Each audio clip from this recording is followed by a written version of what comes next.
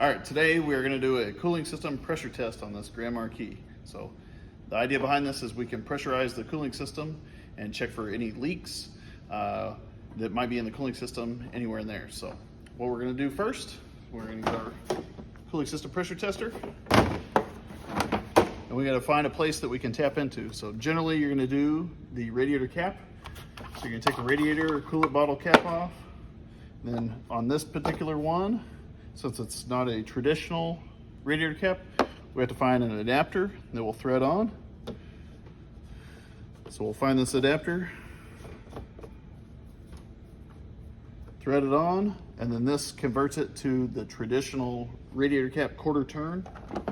So your tester has this quarter turn style cap, and these can be a little tricky.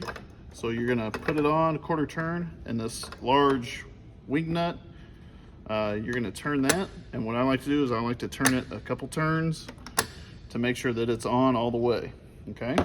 So then what we're gonna do is we're gonna use this hand pump to pump up the pressure. So you get a lot of questions on how much pressure should you pump into it. General rule of thumb is, what does the cap say? So this engine is rated for 16 PSI on this cooling system. So we're gonna pump it up to 16 PSI. So once we get that pumped up, we're showing 16 PSI. There's a few things that we're gonna look for. So first thing is, can we even make it to 16 PSI? If we pump all day and we're not even able to make it there, obviously we have a leak. If we make it to 16 PSI and it decays or it bleeds off really quick, comes down, right? That means you have a leak. So what we're gonna do is, when we're at pressure, we're gonna do a visual inspection. So you can use a flashlight. You wanna be looking anywhere there's cooling hose connections. Take a look at the radiator, right? So this radiator down here, where the lower hose might connect. Something like this. Maybe this thermostat gasket, or the hose connected to the thermostat. So you'll notice here, this cooling system has a lot of pressure in it. It's up to 16 PSI, so that hose is tight.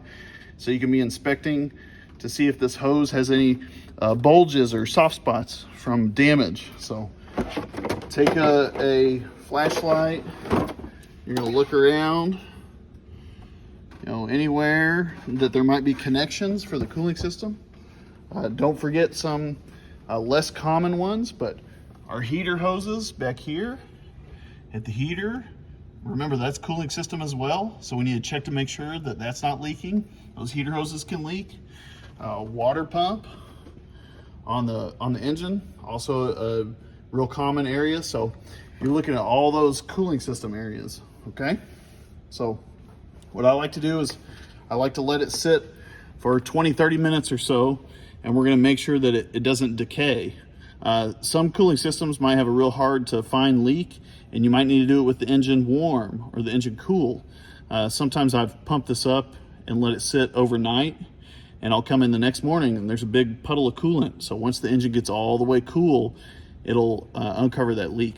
So what we're looking for is a steady needle. So if it decays, we know we have a leak somewhere.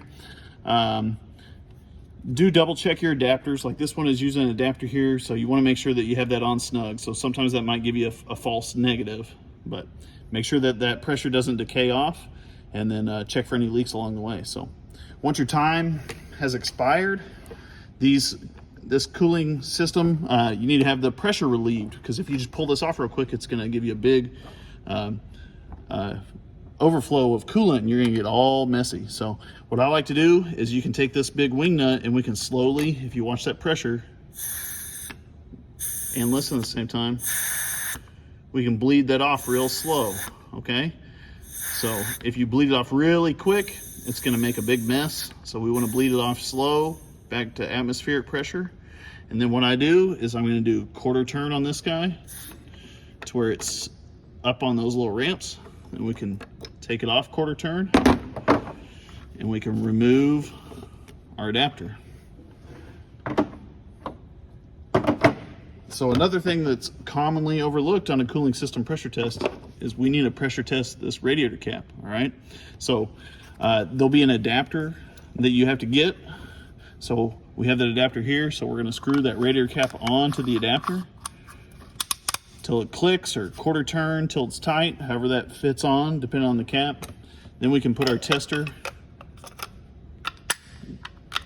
directly on there. So we already looked at this one. This one is rated for 16 PSI. So we are gonna pump this tester up. And what we're looking for is we're looking for it to relieve pressure at the specified pressure on there, the specification. So if you look, this one relieves a lot earlier, about 10 PSI. So real easy test, but if you look, that cap is faulty, so it needs to be replaced. So quick and easy check on a radiator cap. They do fail, even when they're not leaking coolant per se, they cannot hold pressure.